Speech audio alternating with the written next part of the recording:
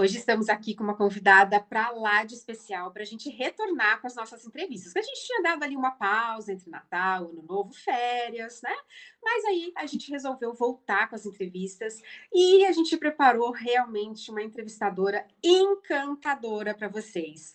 Juliana Arruda, seja muito bem-vinda, é um prazer, uma honra ter você aqui com a gente. Muito obrigada pelo convite. Eu já vou me emocionar. Isso é uma coisa minha, né? Eu fico muito emocionada por esses convites e eu fiquei muito feliz, né? E muito honrada, porque eu acredito que é muito sobre, não só sobre compartilhar o que eu faço, a minha profissão, mas é compartilhar vivência, é compartilhar experiência, mas acima de tudo, compartilhar profundidade, conexão, presença e alma. Então, muito obrigada. Ah, que linda. A Ju, ela é psicóloga analítica junguiana. Então, a gente sabe que vai ter aí um toque de simbolismo, né, de misticismo. E aí a gente já vai para a primeira pergunta, Ju, que a gente quer entender um pouquinho mais, né? O que levou você a realmente unificar o teu atendimento ali com claro, que tem a ver os símbolos, mas com os contos de fada.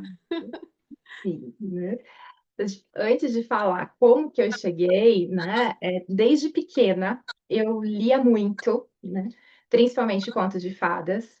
Eu fui uma criança que cresceu na época do VHS, né? Eu brinco que embora essa carinha pareça que eu sou mais jovem, mas eu sou da época do VHS, né? Então eu assistia muitos recontos, principalmente produzidos pela Disney, e as histórias sempre fizeram parte, e elas continuam a fazer parte da minha vida. Só que quando eu comecei a estudar a abordagem da psicologia analítica e junguiana, ainda lá na graduação, eu fui me deparando com autores estudiosos ali dessa abordagem que já falavam sobre os contos de fadas e os simbolismos, principalmente o que é uma unânime assim para nós da área é a Marie-Louise von Franz. Então eu me deparei com ela falando sobre e daí eu comecei eu digo que a entender que isso seria o meu trabalho a partir dali.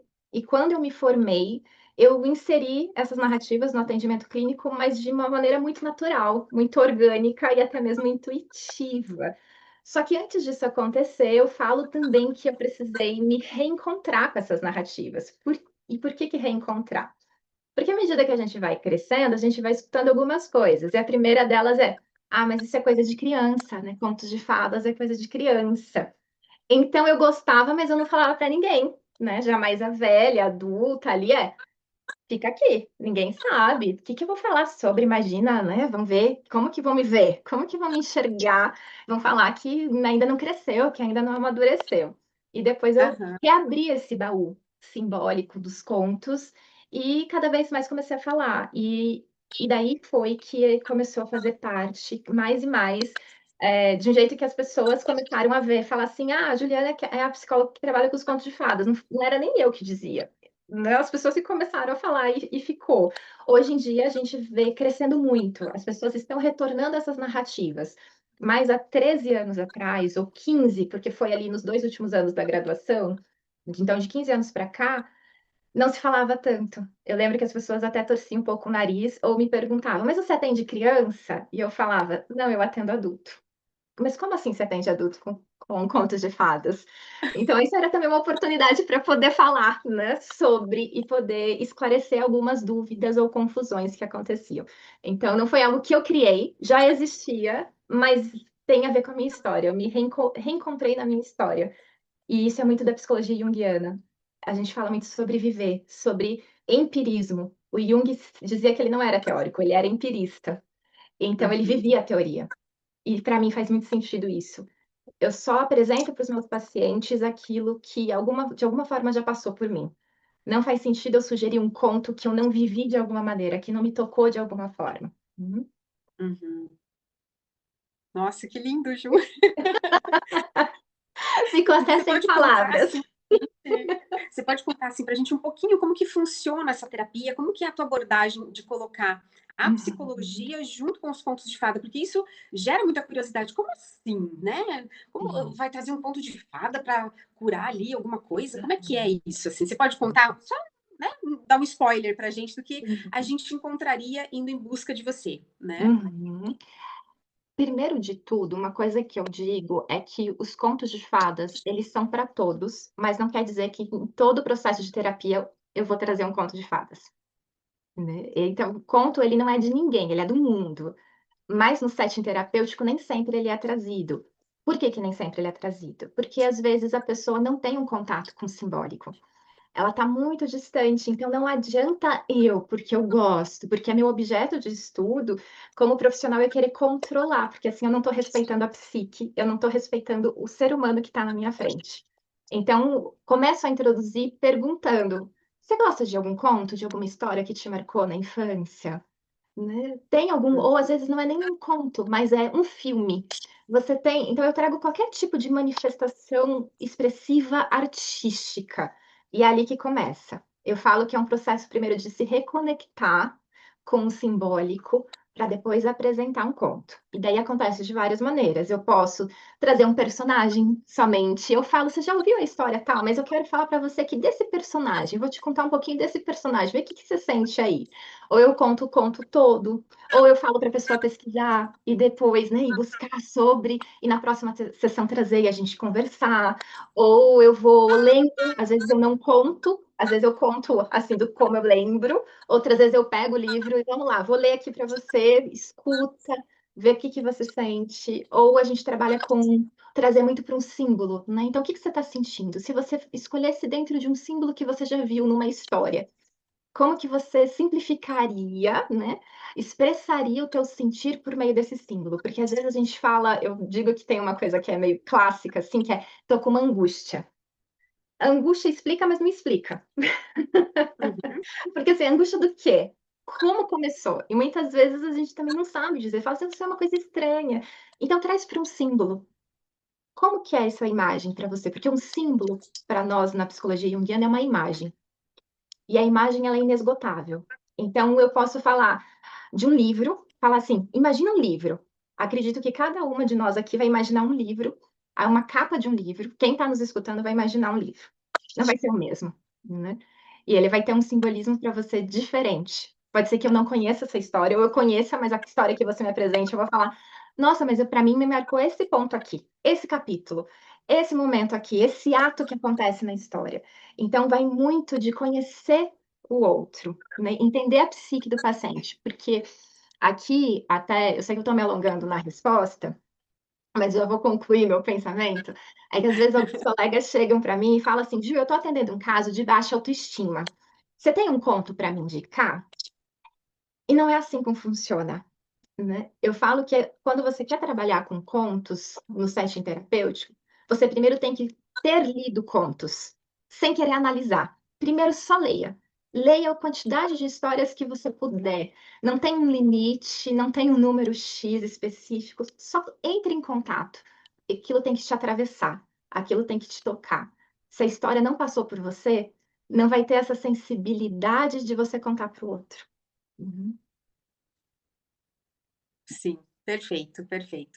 E tem muito essa questão de realmente, né? Ah, tô sentindo essa angústia, mas como é essa angústia? Às vezes a pessoa pode dizer, ah, parece que um furacão aqui dentro, uma coisa. Uhum. Aí pronto, parece que já consegue pôr um pouquinho mais para fora aquilo, né? Ao invés de ficar só na palavra angústia, Sim, né? sim. Agora, quando ela diz que aperta, quando ela diz a sensação que ela está sentindo, isso reverbera um pouco mais, né? Parece que ela consegue pôr para fora aquilo Aham.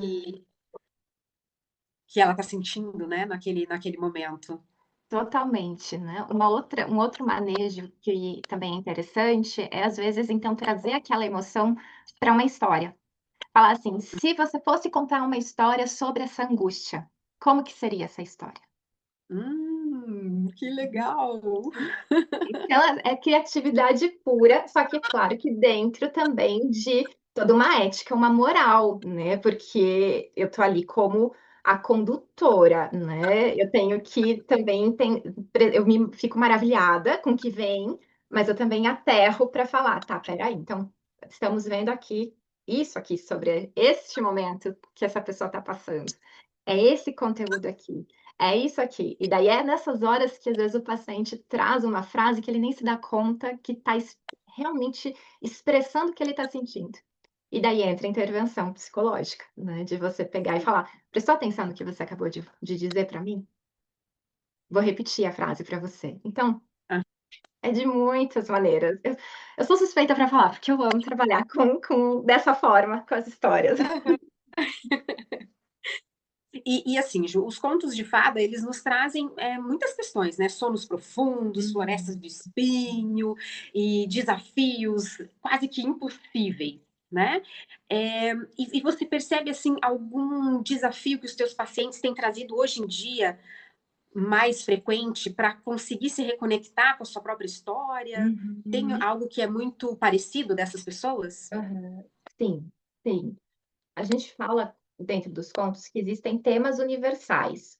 Então, esses temas universais vai ser o amor, vai ser fome, vai ser tristeza, vai ser pertencimento, vai ser o medo, a solidão. Então, tudo isso vai aparecer dentro da história de vida, ou como eu trabalho com os contos, eu digo conto de vida de cada um, né? De diferentes formas, nos mais diversos contextos. Mas na psicologia junguiana, a gente tem um conceito central, que é o processo de individuação. O que que é isso? É tornar-se de fato quem a gente é. E aqui daí eu recorro para falar de uma analista junguiana que eu gosto muito. Alguns chamam de Iete Bonaventure, outros de Jete Bonaventure, então dá para falar das duas formas, já ouvi dos dois jeitos. Mas ela tem um estudo sobre os contos que ela fala que ali a gente vai encontrar o ser humano se buscando e buscando o sentido da vida. E é isso que eu presencio dia após dia no site terapêutico. Pode ser um tema sobre relacionamento, mas eu estou me buscando como ser humano e qual é o sentido desse relacionamento para mim? Se ele faz ou não faz sentido. Eu estou numa transição de carreira, então eu estou buscando me enxergar aqui, mas também qual é o sentido disso? Quem eu sou nessa carreira que não faz mais sentido e quem eu quero ser naquela que eu ainda às vezes nem sei qual é, porque eu estou na dúvida, né? Ou eu acho que está muito tarde, que eu já perdi muito tempo para mudar para uma carreira diferente, mas é sempre esse tema. Ser humano se buscando e buscando o sentido da vida. Porque é isso, né? De um modo geral, é isso que a gente está fazendo. A gente está Sim. buscando, cada um na sua busca. Sempre, né? É incansável. O ser humano está ali incansavelmente buscando, né? Sim, sim. Dia após dia. Uhum. Dia após dia. E por que que você acredita que a nossa mente ela se sente tão confortável com os contos de fadas para a gente poder olhar para as nossas sombras? Uhum. Porque às vezes a pessoa não quer contar uma história dela, mas às vezes você começa a contar uma história que é fictícia, né? Ou um conto de fada, e aí ela consegue enxergar naquela história e fazer esse manejo ali, né? Entre o conto de fada Uhum. e os fantasmas que assombram ela, né? Sim, sei.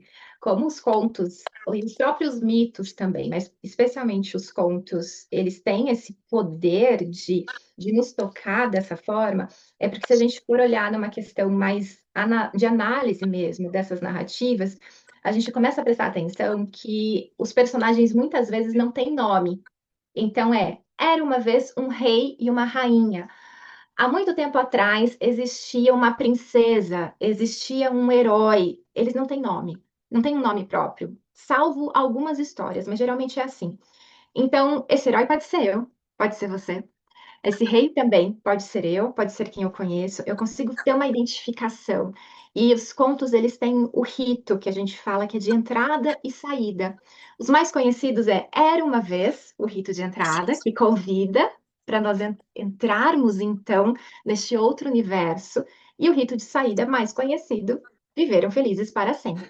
Então a gente vai para um reino que a gente não conhece, vivencia ali o que está acontecendo e retorna para o aqui e agora, trazendo alguma coisa conosco. Só que muitas vezes é inconsciente, a gente não faz esse link por causa do símbolo.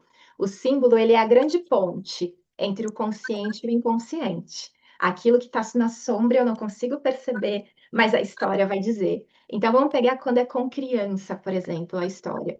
Está contando uma história do João e Maria. A gente às vezes escuta a versão de que as crianças se perderam, mas a versão original é que eles foram abandonados, os irmãos. E a criança vai sentir ali assim, uma emoção muito forte quando ela vai escutar que se perderam. Cadê o meu pai? Cadê minha mãe? Aonde que tá? Então aqui tá falando de uma dor, de uma vivência que às vezes aquela criança tá tendo, ou nós, adultos, de abandono, de solidão, de ser excluído, de não ser visto, de não ser acolhido, né? Cadê o lugar que dá segurança, que dá alimento? Então, eu digo que ele tem uma linguagem muito simples, os contos. Ela não é uma linguagem complexa. Ele é curto também, não é tão longo, faz com que a gente grave mais, e daí a gente vai sentir ressoar e vai falar, não sei por quê, mas fez sentido. Alguma coisa pegou aqui.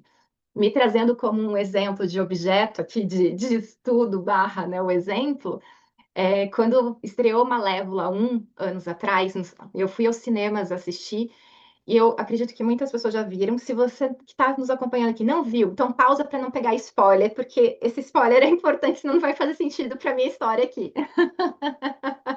Mas ao final da trama é dito que aquele reino foi salvo por alguém que não era nem herói nem vilão, mas os dois. Eu chorava na sala do cinema, porque eu estava vivendo uma situação exatamente assim naquele momento da minha vida, onde eu estava entendendo que eu não precisava ser só heróica e boazinha, e gentil, e querida, e fofa, e a dizer sim para tudo, mas que eu também podia ser malévola no sentido vilã da coisa, do empoderamento, de me posicionar, de falar eu não gostei, eu não quero, eu não concordo. Então aquilo, falo assim, eu sou os dois, porque eu estava num dilema de se eu não sou boazinha, mas agora eu tô vendo que tem esse outro lado meu, mas e agora? Quem que eu sou? E daí, não, eu posso ser as duas. Foi tema de terapia por muito tempo na minha. Porque, né? Só que, é claro, hoje eu falo com racionalização, mas na hora foi só o choro. Foi só o choro. E eu falei, é isso, mas eu não conseguia dizer, é isso por causa disso, disso e disso. Só que ali eu encontrei um sentido do que eu estava vivendo.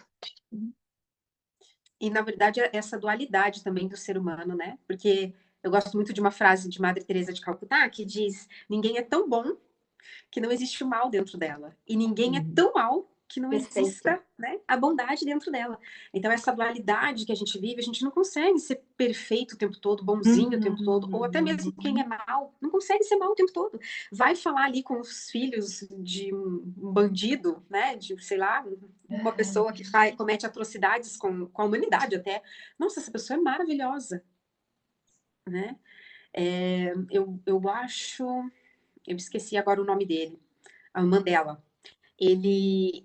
As enfermeiras que estiveram com ele falavam que ele era um homem super gentil, super maravilhoso, e como que ele fez tudo aquilo que ele fez, Uhum. Uhum. né, com as pessoas, porque, na verdade, ele também objetivava aquelas pessoas, né, isso aqui é Uhum. um objeto para mim, eu vou fazer o que eu preciso Uhum. fazer, e para eu ter esse conhecimento, eu preciso abrir, eu preciso dissecar, mesmo que a pessoa esteja viva, né, mas as enfermeiras falavam que, nossa, ele era gentil, educado, doce, cordial, era como se fosse uma outra pessoa, né? Então a gente vê que realmente assim a humanidade não é feita só de heróis ou o tempo todo aquela Uhum. pessoa vai ser um herói, né? Tem as fraquezas, existem as fraquezas, todo mundo tem essas fraquezas em si, né?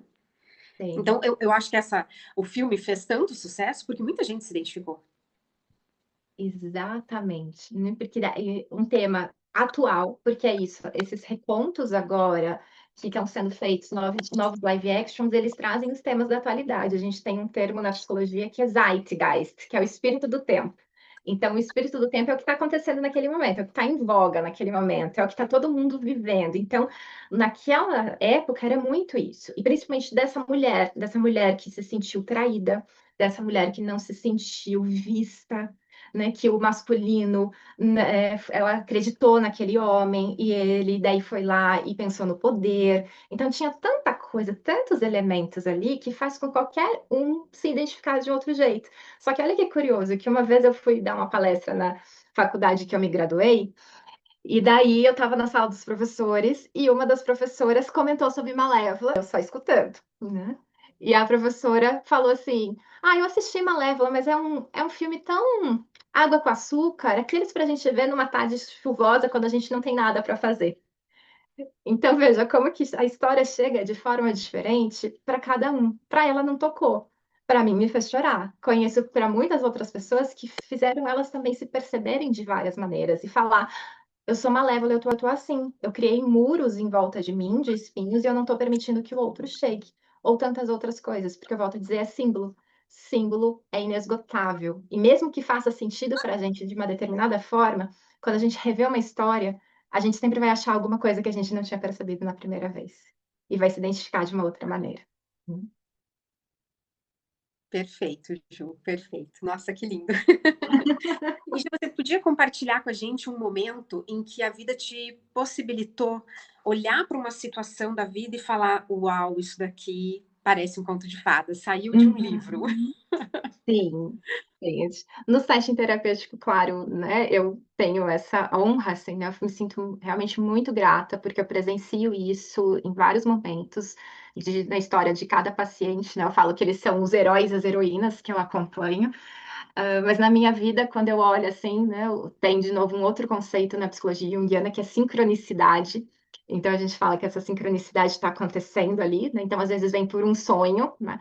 Alguma imagem onírica que me mostra algo sobre o que eu estou vivendo e me dá um direcionamento. Mas eu lembro uma vez que duas situações, uma da infância, e curiosamente tem a ver com o mesmo conto, e uma quando eu estava indo para a minha terapia, né? O meu processo de análise. Então, quando na infância já estava ali presente essas histórias. Para quem é de Curitiba, tem a Praça Tiradentes, no centro. Eu tinha lá cerca de 5, 6 anos, estava com a minha mãe andando ali na praça, e daí veio uma senhora, nos parou e falou assim: Nossa, que menininha linda, tão branquinha, parece a Branca de Neve, tô aqui uma maçã para você. Juro, juro. Eu lembro disso até hoje, é nítido para mim. É nítido. Eu falei assim, daí agora adulta, lembrando, eu falo, olha lá, um conto, né? Vem assim, aparece a Branca de Neve, tá uma maçã para você.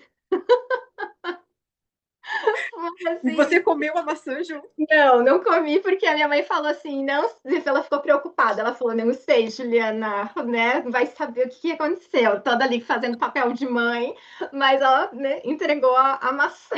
Então eu tive a minha mãe que falou assim, olha, não sei, né? Melhor a gente tomar cuidado. Então ali já veio uns ensinamentos, né? Do calma, não aceite tudo que chegue até você. Pode parecer uma coisa muito boa, mas às vezes presta atenção. Teve outras coisas ali. Mas na vida adulta, eu lembro que eu estava indo para minha análise e eu estava, né, falando com uma sensação também, vivendo um momento muito lá angustiante e eu estava tentando organizar meu pensamento antes de chegar para falar, porque eu falei assim, como que eu vou falar? Isso que eu estou sentindo, aí veio uma imagem que é da Rainha Má, mas no seriado do Once Upon a Time, quando ela tira o próprio coração. Tem uma temporada que ela quer tirar o próprio coração porque ela não quer sentir mais. E eu tava exatamente assim, eu falava, eu não aguento mais tudo isso que eu tô sentindo, eu tô sentindo demais, isso aqui tá, o que que eu faço com essa coisa? Eu quero arrancar meu coração. E veio a imagem. E daí eu levei para trabalhar no processo de terapia, exatamente essa imagem. E daí ali, quando essa imagem veio, me deu alívio, porque daí eu falei, tá aí, agora eu consigo realmente olhar para a imagem do que eu estava sentindo, porque antes estava muito no abstrato. E aí, daí eu volto a reafirmar: símbolo é ponte, o conto faz a ponte. E a partir dali abre para muitas coisas. Sim. Nossa, fantástico. Mas essa da pessoa te entregar a maçã. Parece, nem parece Uau! que eu criei a história, mas eu tenho minha mãe para comprovar. Não foi porque eu podia ter criado, por né, criança ter, não, a minha mãe conta até hoje essa história. Eu achava a Gabi parecida também com a Branca de Neve, assim. Tanto é que uma das primeiras fantasias que ela usou foi de Branca de Neve. Ela tinha o Sim, cabelinho uhum, tigelinha, curtinho, eu bem lembro. branquinho, branquinha. Ai, parecia Branca de Neve. Sim, Quando sim, as muito. professoras viram, ela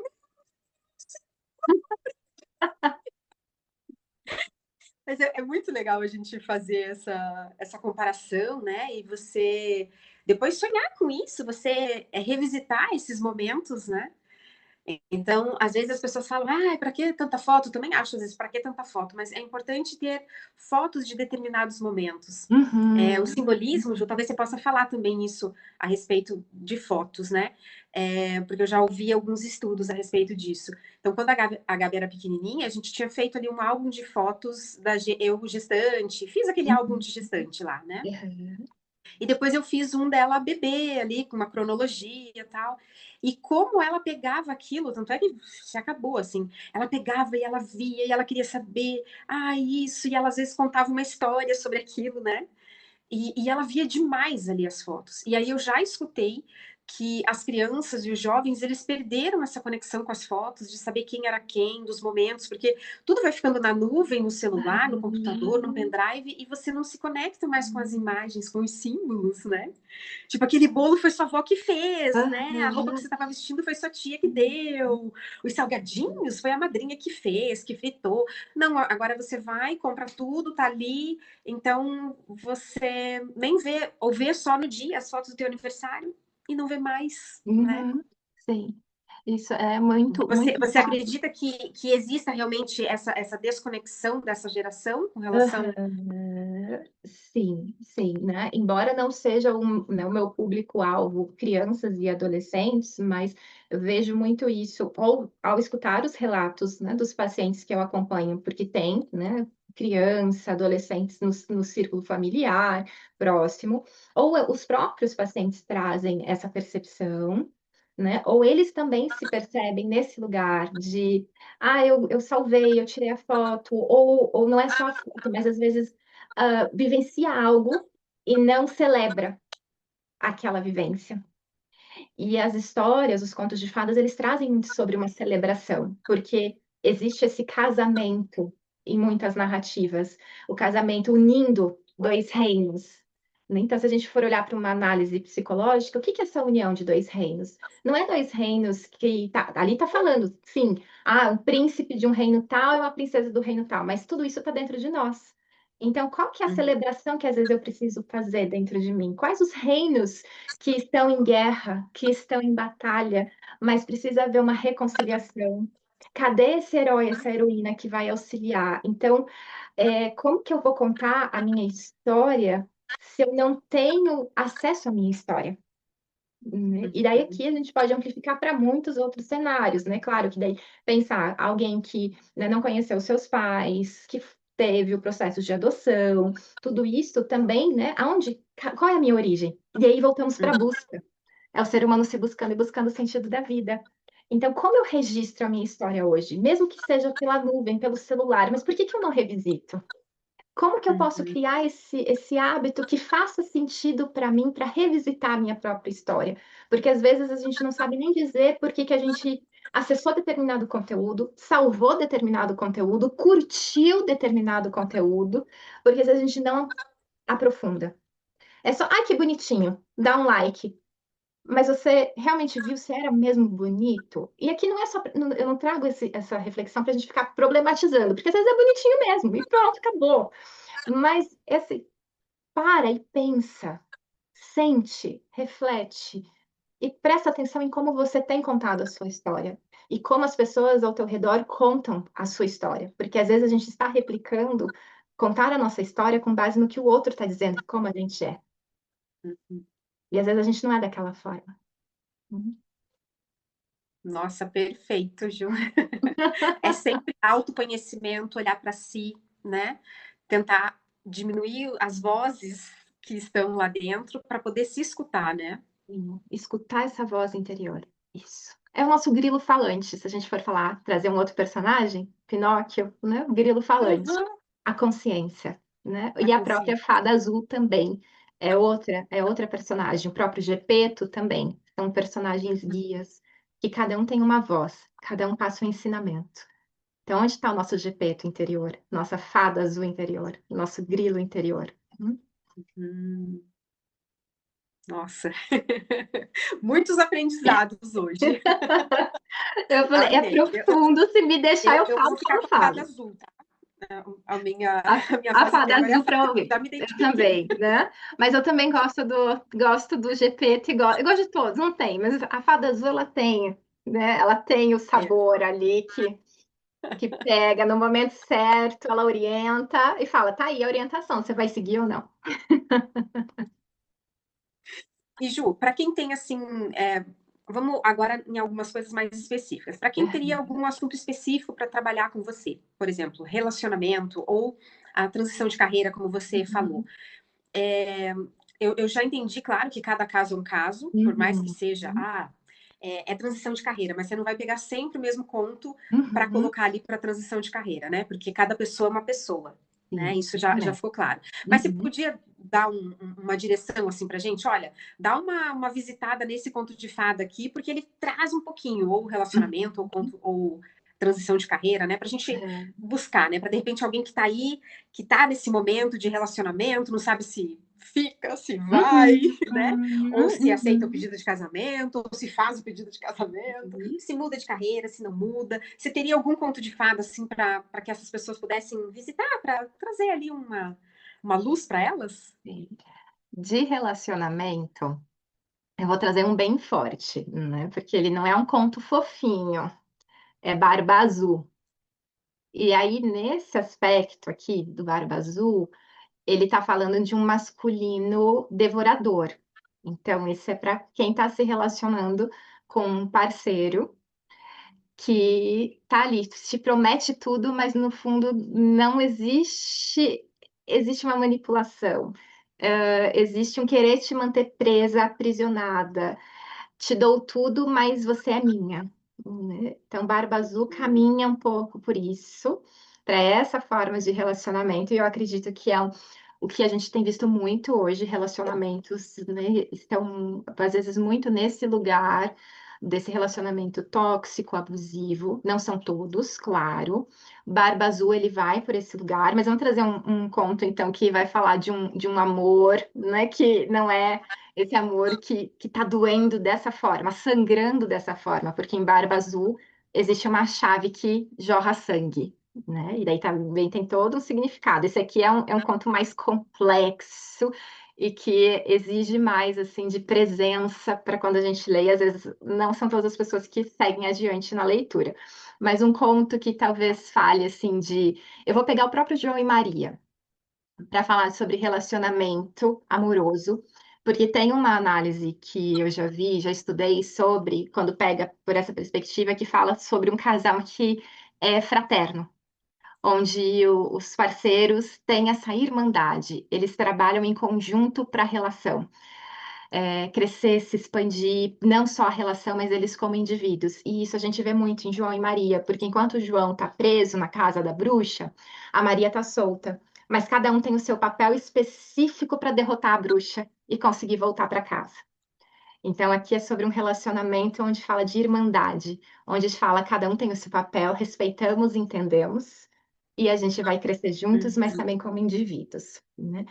Transição de carreira, ou para falar sobre carreira, me veio muito daí o clássico dos três porquinhos, porque a gente está falando sobre essa construção, né, de uma casa de palha, uma casa de madeira, até chegar numa casa de tijolos. E quando a gente vai para uma transição de carreira, quem já viveu isso ou está vivendo, sabe o quanto desafiador é, né? Não só porque você está inseguro e insegura para fazer essa transição, será que vai dar certo, não vai dar certo? Como o externo vai falando, que é representado pelo lobo que vem e sopra. Então, se você não está com essa casa bem estruturada, você não se dedica para fazer uma casa, para chegar na de tijolo, você vai permitir com que esse lobo toda hora venha e sopre e vá colocando barreiras no seu caminho. Nossa, eu nunca tinha pensado nessa história por esse ângulo, meu Deus. Olha, esse é o símbolo, é o símbolo, é assim. Dá pra gente, Sim. se fosse, dá pra falar do próprio relacionamento aqui também. Teu relacionamento tá como Uhum. uma casa de palha, de madeira ou de tijolos? Nossa, as interpretações são muito variadas, né?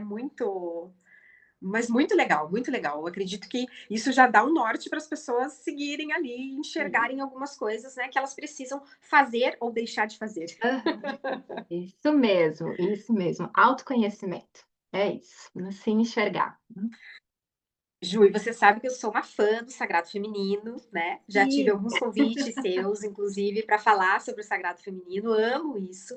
E aí eu queria saber, assim, se você tem alguma questão da psicologia analítica e os contos de fada que trabalham esse tema.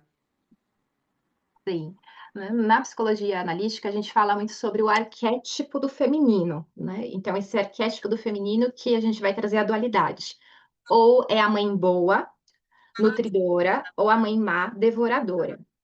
Na figura, nesse arquétipo do feminino, nós vamos ter as figuras arquetípicas, que daí são a fada, a bruxa, a velha, né, a anciã, a gente vai ver a donzela, a deusa, né? Então ali vamos ver todas essas facetas desse feminino que a gente considera sagrado, mas se a gente for falar sagrado feminino, a gente pode ir para as imagens, por exemplo, de Virgem Maria, de uma deusa, né? E hoje em dia se trabalha muito com as deusas. Dentro da própria psicologia analítica, de grupos de mulheres, círculo de mulheres, se traz muito as deusas, né? Então, ele vai falar sobre a deusa Hera, que está relacionada com o casamento, muitas vezes, mas não só isso, né? A gente vai falar sobre Deméter, que é a maternidade, mas daí a gente, né, se ser mãe, mas não só mãe do outro, mãe de si mesma. Aí temos Perséfone, que é aquela que vai para as profundezas, para o submundo, que vai, então, fazer a transição da sua inocência para o se tornar uma rainha, não só uma semideusa ali, né? Uma deusa menor, que ela é conhecida, né, inicialmente, porque ela é Coré, depois ela se transforma em Perséfone. Temos Hécate, que é essa deusa da encruzilhada, né, deusa sombria. Então, cada uma vai falar sobre esse sagrado feminino. A gente pode dizer que existe um arquétipo do sagrado também. Então, temos Hestia, que é a deusa do lar, da lareira. Então, por aqui, a gente vai ir para muitos lugares. E, principalmente hoje, se a gente quiser também falar de sagrado feminino, Mulheres que Correm com os Lobos, que é um dos livros mais conhecidos, que é a Clarissa Pinkola Estés, uma analista junguiana, que fez um trabalho profundo, profundo mesmo, para falar sobre o arquétipo da mulher selvagem. E ali ela vai trazer várias figuras arquetípicas que vai para esse sagrado, para esse divino, para esse sombrio e assim por diante. E algo que eu já percebi, assim, né? Como essas coisas desses simbolismos e dessas deusas, quando veio o catolicismo, né? O cristianismo, como é conhecido, ele acabou colocando tudo isso como a história pagã, isso daqui não interessa. E aí a gente, de volta, a gente se desconectou, a gente ficou conectado só com uma história, né? E mesmo o catolicismo, ele não ficou utilizando as parábolas de Jesus, porque Jesus era um grande contador de histórias, Sim. né? E você acha que isso aconteceu por algum motivo ali da gente romper com todo esse simbolismo? Uhum. Uhum. Tem muitos estudos, né, que eu já visitei que falam muito sobre essa questão de começou a surgir o catolicismo e as mulheres que tinham algum dom, que na verdade era entender das ervas como um processo curativo, por exemplo, elas começaram a ser chamadas de bruxas. E daí vem todo o processo da Idade Média, né?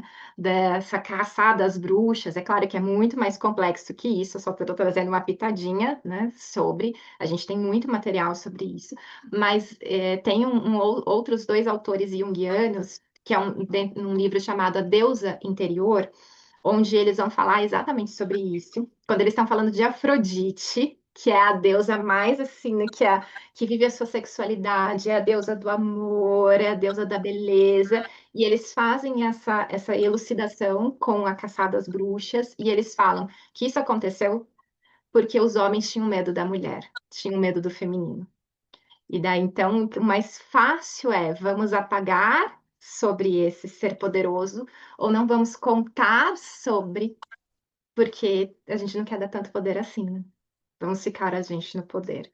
Mas volto a dizer, não é tão simples assim, é só uma pitadinha, mas tem exatamente essa nuance em muitos estudos que eu já fiz. Eu sempre encontro essa informação de diferentes formas. Uhum, uhum. Então, é uma percepção verdadeira, Sim. né? Da gente se desassociar desses contos, porque Uhum. eu percebo, assim, por exemplo, na tua fala, em outras pessoas que trazem os contos com essas interpretações, eu fico assim, caramba, eu me sinto enganada daí da forma como foi contado, né? João e Maria, eu já conhecia essa questão de que eles tinham sido abandonados, mas tem vários outros contos, né? que eles venderam para a gente de um jeito, tirando, na verdade, a dor ali que existia, né? E entregando para a gente uma coisinha mais superficial ali, que ficou Sim, aquela coisa sim, meio banal. Tem um fundo moral, mas é muito pequeno. E sim. as interpretações que eu vi, e tem a ver com o que você trouxe aqui para gente, é muito além, né? E que traz realmente o poder para a gente, a autorresponsabilidade, o autoconhecimento, Aham. né? Sim, isso. É Então que é tem fantástico. É o mundo que as pessoas deveriam mergulhar profundamente, né, Ju? sim, sim, né? Eu falo que os contos, eles, na sua origem, eles não eram bonitos, eles não tinham finais só felizes. Isso começou realmente como um marco com os irmãos Grimm, que coletaram muitos contos na época lá na Alemanha, porque eles queriam estudar a língua alemã. Daí eles começaram a ver que tinham histórias muito parecidas, e eles começaram a fazer esse compilado. Só que daí eram histórias muito sombrias, de canibalismo, de pedofilia, né? Então, de incesto, né? Tinham coisas muito ali que, se você olha, você fica chocado. Porque também não existia, Pesadas, né? é pesado, porque não existia a infância, não tinha ainda essa nomenclatura de chegar e falar, existe uma fase da vida que é a infância de tal idade até tal idade, aqui temos a adolescência, aqui temos a vida adulta. Não tinha. A criança estava inserida ali. Não tinha isso. Então, eu escutava essas histórias, estava inserida, e daí os irmãos Grimm tinham muito forte a questão do cristianismo, e eles começaram a trazer essa vertente. E isso foi indo, foi indo, foi indo. Daí foi chegando com a moral. Aí vem até que chega o Walt Disney, que começa também a fazer versões mais bonitinhas. Que eu falo, eu adoro as versões da Disney, mas elas também vão trazer para um lugar que ficou pejorativo hoje, né? Porque as pessoas falam, ai, fica sonhando com o príncipe encantado e que quer um casamento feliz e viver feliz para sempre. Então fica até com essa vozinha, com esse tom, mas e falar, cadê o meu príncipe interno? Sempre vou fazer esse questionamento aqui, que nem eu fiz ao longo da nossa conversa, né, de cadê? Eu tenho, será que eu não tenho um príncipe interior aqui no cavalo que às vezes vem realmente para me salvar? E qual o problema? Porque às vezes é exatamente dessa figura que a minha alma, a minha psique está precisando naquele momento da minha vida. Então a gente não pode descartar esses personagens, Uhum. né? Porque é aí que o Jung fala que está o grande trabalho. Se eu nego algo, se eu não quero olhar para aquilo, é aquela expressão batata. Ali tem Uhum. coisa. É às vezes ali que está o seu trabalho de autoconhecimento, de autorresponsabilidade, de profundidade em você. Nossa, perfeito, Ju, perfeito. E aí, claro, né, a gente está aqui no Pode Paz Global, e aí a gente quer fazer esse convite para você da sua mensagem de paz. Só que normalmente Uhum. para os convidados a gente fala, deixe sua mensagem de paz, mas para você a gente vai dificultar um pouquinho, ou talvez facilitar, não sei. Então, assim, se você pudesse escolher um conto de fada para trazer uma mensagem de paz para as pessoas, né? Qual seria ele? Uhum. Eu posso então convidar a gente fazer esse momento assim de respirar fundo, fechar os olhos primeiro para se conectar com esse terreno da história que vai chegar, né? Com Então, certeza. quem tá, né? A gente tá aqui vai fazer isso. Quem tá nos ouvindo, eu também convido. Se quiser, claro, se sentir à vontade, fecha os olhos, respira fundo e pode ouvir essa história de olhos fechados, de olhos abertos, da maneira que fizer mais sentido para você. Essa história se chama O Pote Vazio. Ela acontece num reino distante, conhecido como China. Lá existia um imperador. Ele já estava ficando mais velho e ele decide que ele precisa de um sucessor. Como o reino dele gosta de muitas flores, é muito colorido, e desde pequeno as pessoas aprendem a cultivar o seu próprio jardim, a essa arte do florescimento, de entender quanto de terra eu tenho que colocar, quanto tempo vai demorar para cada coisa florescer. Ele tem a ideia de que o sucessor dele vai ser uma criança que cultivar a flor mais bonita. Então ele convoca todas as crianças do reino e entrega para elas uma semente. E ele fala: depois daqui de um ano, retornem Quem tiver a flor mais bonita vai ser o meu sucessor. Essa história tem um menino chamado Ping. Ele é conhecido por fazer as flores mais bonitas. Ele conseguir dar vida para as flores mais bonitas. Ele fica muito animado. Ele tem certeza que ele vai conseguir se tornar o sucessor do imperador. Ele chega correndo com a semente na sua casa e ele começa a cultivar. E passa um dia, 2 dias, nada acontece. Ele acha aquilo estranho, então ele decide trocar a terra, trocar de vaso e segue acompanhando. Passa-se meses, nada acontece. Chega um ano, exatamente a primavera, o dia que tem que retornar para mostrar o seu trabalho para o imperador. E Ping não tem nada para apresentar. O seu vaso não floresceu. Um amigo dele chega com um vaso com uma flor tão linda e fala: Ping, você que cria flores, cultiva flores tão bonitas, vai ter coragem de apresentar um vaso vazio para o imperador? Por que que você não cultivou uma flor tão bonita como a minha? E sai correndo para encontrar o imperador, esse amigo. O Ping senta, olha para o seu vaso e cogita não ir. Mas o pai olha para ele, escutou essa conversa entre os dois meninos e fala: Filho, leva mesmo assim. Você fez o melhor que você pôde. Ping assim vai, envergonhado, encabulado. Leva o seu vaso. Tem nada.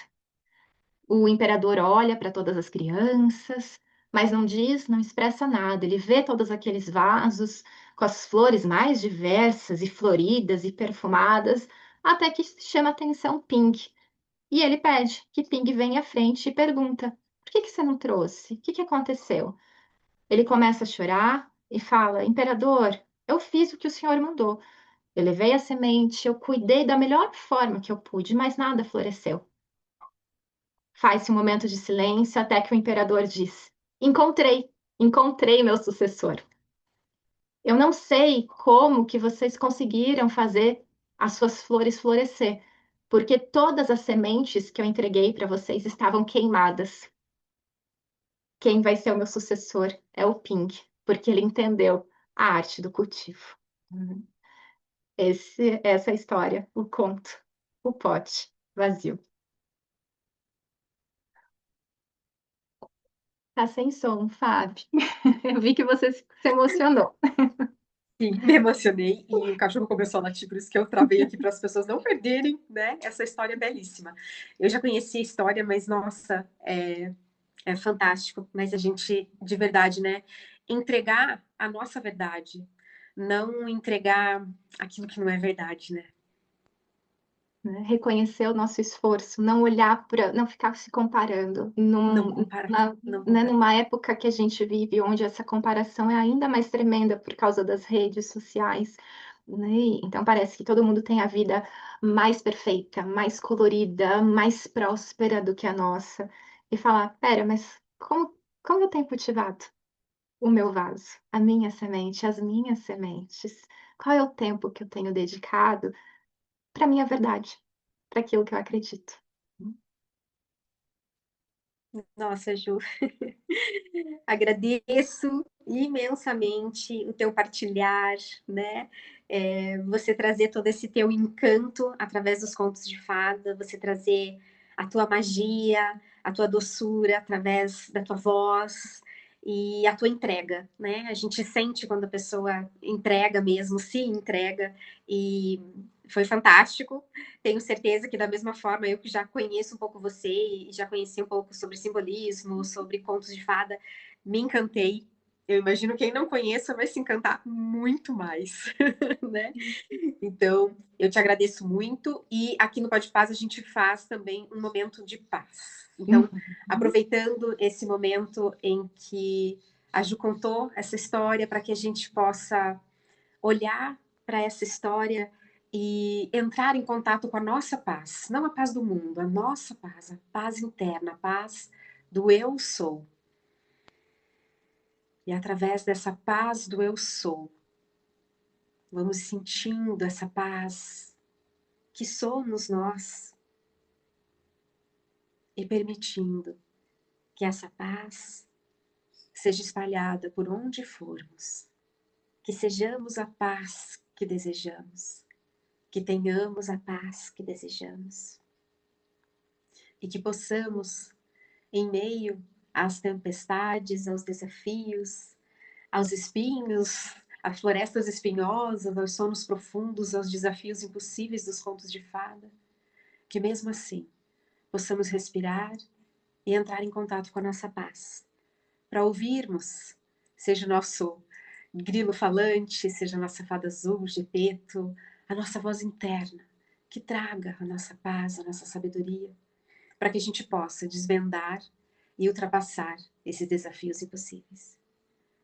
E então, agora, a gente deseja essa paz ao mundo todo e que, de alguma forma, essa entrevista, essas palavras, esses conhecimentos reverberem por todo o universo, para que esse conhecimento chegue a mais corações, desmistificando, mas trazendo que o simbolismo, que os contos de fada, eles nos aproximam da nossa humanidade, eles nos aproximam da nossa verdade. E assim, a gente agradece ao universo, agradecemos a Deus e agradecemos a Ju, que hoje está aqui sendo entrevistada pela gente. E muito, muito, muito obrigada, Ju. Que Deus abençoe profundamente você, sua sabedoria, que o seu caminhar, que a sua jornada seja repleta de luz, de muitos pozinhos místicos, pozinhos mágicos, para que a sua vida tenha mais cor, mais alegria, e que mesmo nos momentos difíceis, né, a gente consiga olhar para tudo isso e ver a magia, ver que aquilo está vindo para nos ensinar, para que a gente encontre aquilo que a gente está buscando. Gratidão imensa, mais uma vez, né, pelo convite, por, né, terem pensado em mim para participar aqui desse projeto tão lindo. E eu desejo, como eu levo meu momento geek, uma vida longa e próspera para o Pó de Paz, para Ah, todos que aqui vierem e sentirem, né, o chamado para acessar cada entrevista, cada conversa, cada encontro, cada material aqui, porque é muito rico. E se você está aqui é porque você escolhe o autoconhecimento, você já entendeu o quanto que isso é importante para você. Então, gratidão por estarem aqui, por esse convite. Eu não tenho palavras, assim, eu fico muito emocionada. E eu falei no off para vocês antes que eu me senti muito vista, né, quando vocês me convidaram e quando falaram como que seria a nossa conversa. E isso é muito importante, né, porque é isso que é algo que também a gente busca, ser visto, ser reconhecido. Então, gratidão mais uma vez. ah. Obrigada, Ju. A gente vai deixar também tuas redes sociais na descrição, né? Para quem quiser acompanhar mais de perto o teu Bem, trabalho vai ser um e se prazer aprofundar um receber pouquinho mais nesse pessoas assunto. novas. Mais uma vez, muito obrigada, Ju. E, pessoal, segue, continua seguindo a gente, curte, compartilha, vai lá também nas redes sociais da Ju, segue, compartilha e vem alimentar a sua alma, vem alimentar a sua alma hoje com a Ju, alimentando essa nossa Era Uma Vez. E a gente deixa aí os 3 pontinhos para a galera Sim, usar a preencher. criatividade. Uhum, construir dessa maneira, viver dessa maneira. Uhum. Gratidão mais uma vez. Um beijo Perfeito, Ju. enorme. Um beijo grande no teu Uhum. coração. Até. Tchau, tchau.